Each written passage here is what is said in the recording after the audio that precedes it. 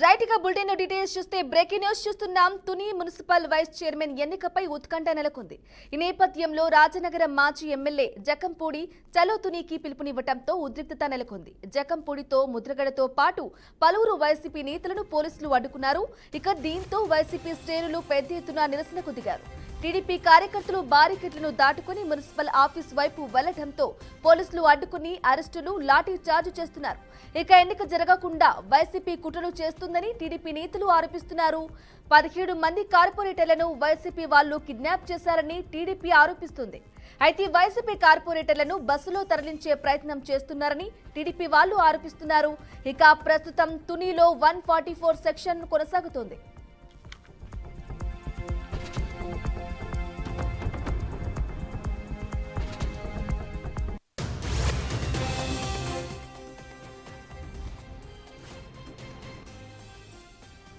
Right, ఇక ఇదే అంశానికి సంబంధించి పూర్తి సమాచారం అందించడానికి మా అవుట్పుట్ ఎడిటర్ వెంకట్ అందిస్తారు. వెంకట్, చెప్పండి, తునిలో ఉద్రిక్తత చోటు చేసుకున్నట్లుగా తెలుస్తుంది. వైసీపీ టీడీపీ కార్యకర్తల మధ్య దీనికి సంబంధించిన అప్డేట్స్ ఏంటి?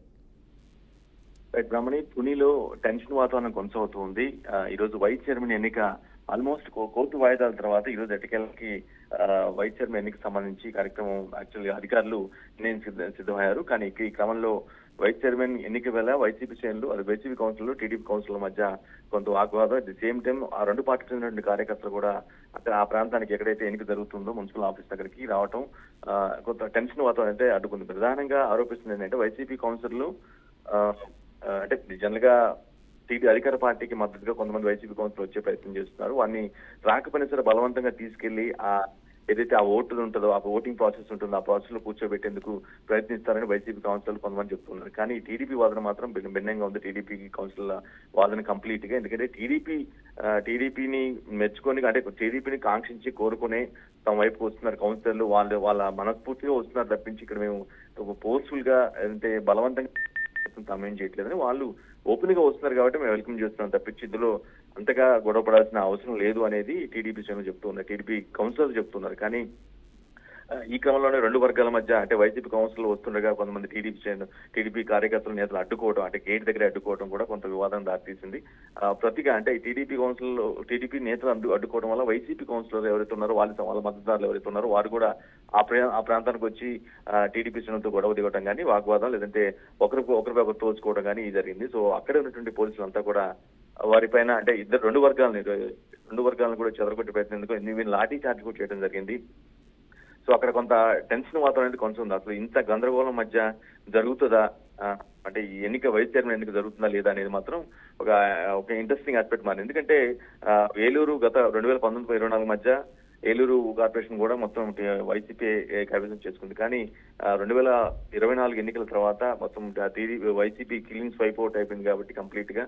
సో అన్ని మున్సిపాలిటీ, అన్ని కార్పొరేషన్లలో టీడీపీ జెండా ఎగరేసేందుకు ఆ పార్టీ శ్రేణులు అన్ని కూడా ప్రయత్నిస్తున్నాయి. ఈ క్రమంలో కౌన్సిల్ కొంతమందిని తీసుకోవడం కానీ, వెల్కమ్ చేయడం కానీ, మీకు అంటే కొంత మీకు లబ్ధి జరుగుతుంది, లేదంటే మీ ప్రాంతానికి అభివృద్ధి జరిగేలా సహకరిస్తామని చెప్పడం వల్ల కొంత వైసీపీ కౌన్సిల్లో పెద్ద ఎత్తున ఇప్పటికే చాలా మున్సిపాలిటీ, చాలా కార్పొరేషన్స్ లో అంటే వైసీపీని వీడి టీడీపీలో జాయిన్ అవ్వటం, టీడీపీ ఆ చైర్మన్ గానీ వైస్ చైర్మన్ సీట్ని కైవసం చేసుకోవడం జరిగింది. సేమ్ అదే ప్రాసెస్ ఇక్కడ తునిలో కూడా జరగబోతుంది. అందుకే ఈ క్రమంలోనే కొంత ఎవరైతే వైసీపీ కౌన్సిల్ వాళ్ళు కొంత వాళ్ళకి ఇష్టంగానే ఉన్నప్పుడు కూడా అధికార పార్టీలోకి వెళ్ళాలి చేస్తే తద్వారా కొంత వ్యక్తిగత బెనిఫిట్స్ తో పాటుగా ఎన్నుకున్నటువంటి వార్డు మెంబర్స్ కావచ్చు, లేదంటే కౌన్సిల్ ప్రజలకు కావచ్చు, వీళ్ళందరికీ కూడా కొంత చేయొచ్చు, ఏదో ఒక చేయొచ్చు అనే ఒక భావనతో వచ్చే ప్రయత్నం చేస్తున్నారు. కానీ దాన్ని కొంతమంది అడ్డుకునే ప్రయత్నం కూడా జరుగుతుంది. వెళ్తున్నటువంటి వైసీపీ నేతలు ఎవరైతే ఉన్నారో ఇదంతా అక్రమంగా కుట్రపూర్తిగా వాళ్ళని బెదిరించి ఒక బస్సులో తీసుకెళ్లి ఈ విధంగా ఓటింగ్ లో పాల్గొనేలా చేస్తున్నారు టీడీపీ వాళ్ళంతా కూడా. దీనికి టీడీపీ పెద్దల ఏలూరు చెందినటువంటి టీడీపీ పెద్దల సపోర్ట్ ఉంది. వాళ్ళ కన్సర్న్ లోనే ఇదంతా జరుగుతుందని వైసీపీ నేతలు ఇది ఆలోచిస్తూ ఉన్నారు. సో ఇంత టెన్షన్ మధ్య అసలు వైస్ చైర్మన్ ఎన్నిక జరుగుతుందా లేదా అనేది కూడా కొంత సందేహాలు వ్యక్తం అవుతున్నాయి. Right Venkata, thank you for the updates.